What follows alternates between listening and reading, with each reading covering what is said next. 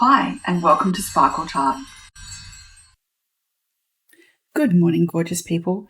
Today we're going to make a quick steampunk tag, and I'll show you how I made the background and how I decorated the gorgeous metal embellishments from Mitform Castings. So as you can see, I've covered most of the background, but it is beautiful under there, and it really helps make the tag. Any of the bits that peek through have got real personality. And those Mitform castings are so deep and so beautiful that I needed 2 layers of cardboard to mount them for the tag to stand upright. These are beautiful. It was so easy to work with. You can see that Tim Holtz paper doll, and I've got a variety of embellishments and different kinds of metals and textures going on here. So it looks really old world and steampunk, right down to the power spark plug he's holding. Now, to create this, I've used a Tim Holtz 3D texture fade embossing folder and some beautiful embellishments from Mitform Castings. Thank you so much to Mitform for sending these to me to play with. I've started by cutting the first layer of tag from a piece of recycled cardboard. It's sturdy, but not too thick. Then I've got 3 Lindy Stamp Gang products. I've got maple syrup bronze squirt, sidewalk chalk spray, and Toto's tornado black spray.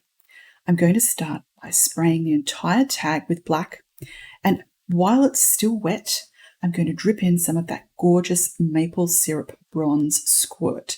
Now, the squirts are Lindy's new products, released, I think it was last year, and they're made for mixed media. So the product in there, it's still water-based, but it's got a bit more staying power and it sticks to a few more things. It's thicker. I'm going to finish the base by splattering some of that white sidewalk chalk spray over the top, and I've just taken the little spray nozzle off and I'm flicking it on. When it's dry, you can see how gorgeous those 3 colours look. Now, I've run it through my embossing machine with that texture fade 3D folder from Tim Holtz, but because the cardboard was a little bit thick, the impressions aren't quite as deep as they would be if it was normal cardstock. But that's okay. I think it looks gorgeous. Now, I'm mounting my 2 main elements from Mitform Castings using glossy accents, and this sticks metal so well to pretty much anything. I haven't decorated these yet because I want them in place, and I want them dry, and I want them stuck on really firmly before I do anything else. Now, while that glossy accents is drying, I've grabbed a little bit of the crackle accents, and I'm just going to pop this between some of the open areas just to give it a bit more interest. You'll see that the other thing that the crackle accents does is slightly darken and enhance the colours of whatever is underneath it. Now it's time to start decorating those embellishments, and I've got more of the Lindy's squirts here because they go into metal so well.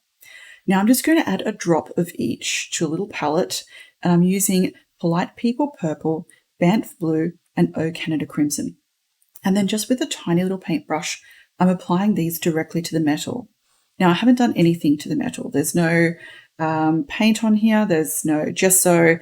I'm adding these directly to the metal embellishment.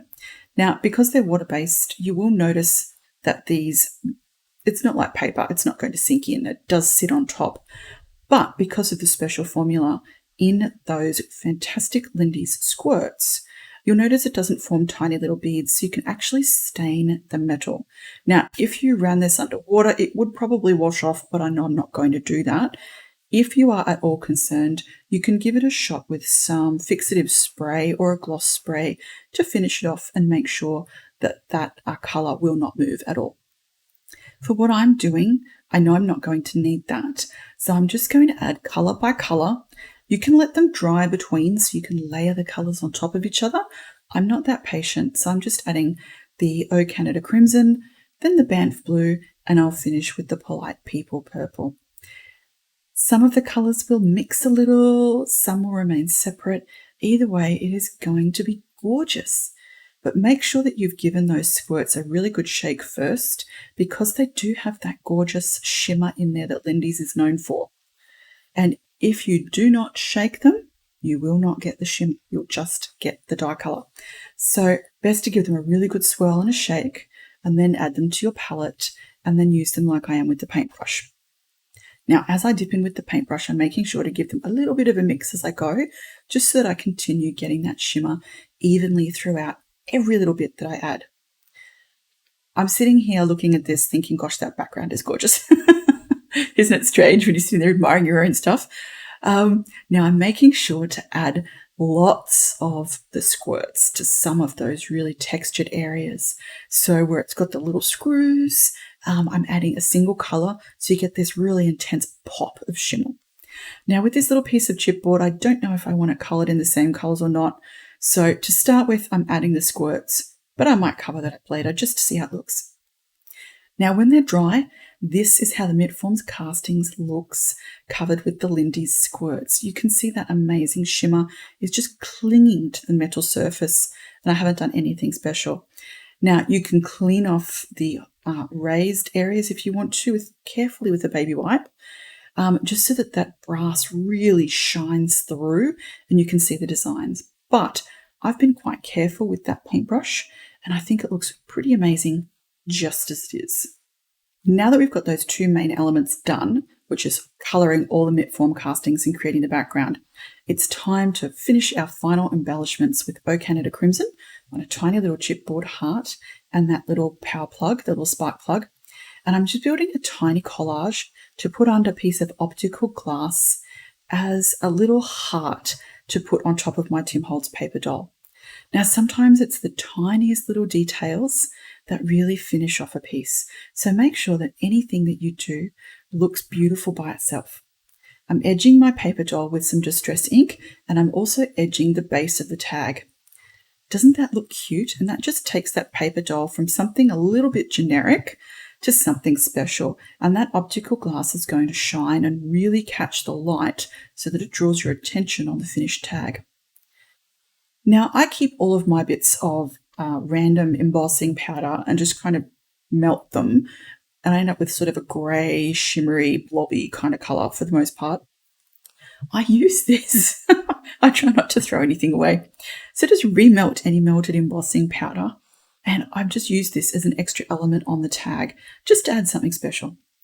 Now, I know that my tag is going to be super heavy with all of my embellishments on top, so I'm adding a second piece of tag base just underneath to give it a bit more strength.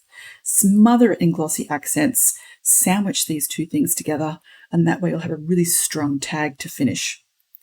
Now, I've decided that that cog was just too bright and detracted from my other elements, so I'm using some Groovy Granite and Tin Roof Rusted embossing powders from Lindy's.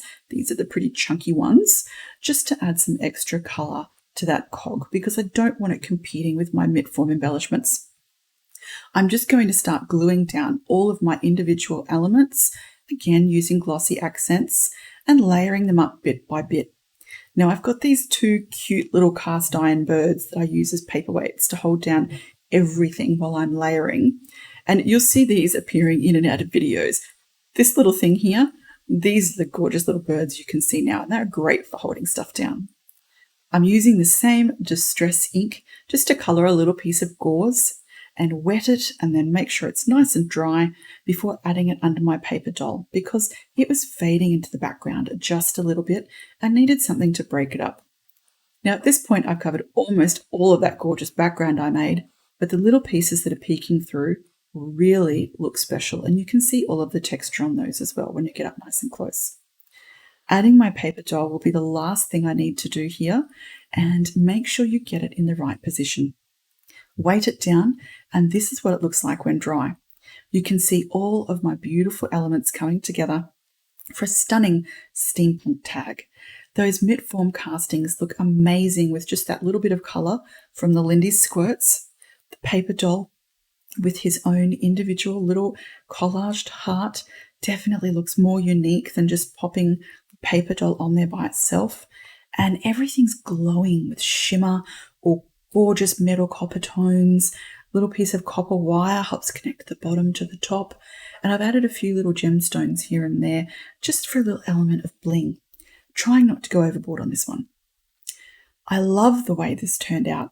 Those beautiful colours from Lindy's was so lovely to work with, and of course those Mitform Castings took that colour from the Lindy's squirts so beautifully. So they've still got the brass poking through, but you can see that they've got the bits of colour and shimmer as well from those beautiful squirts.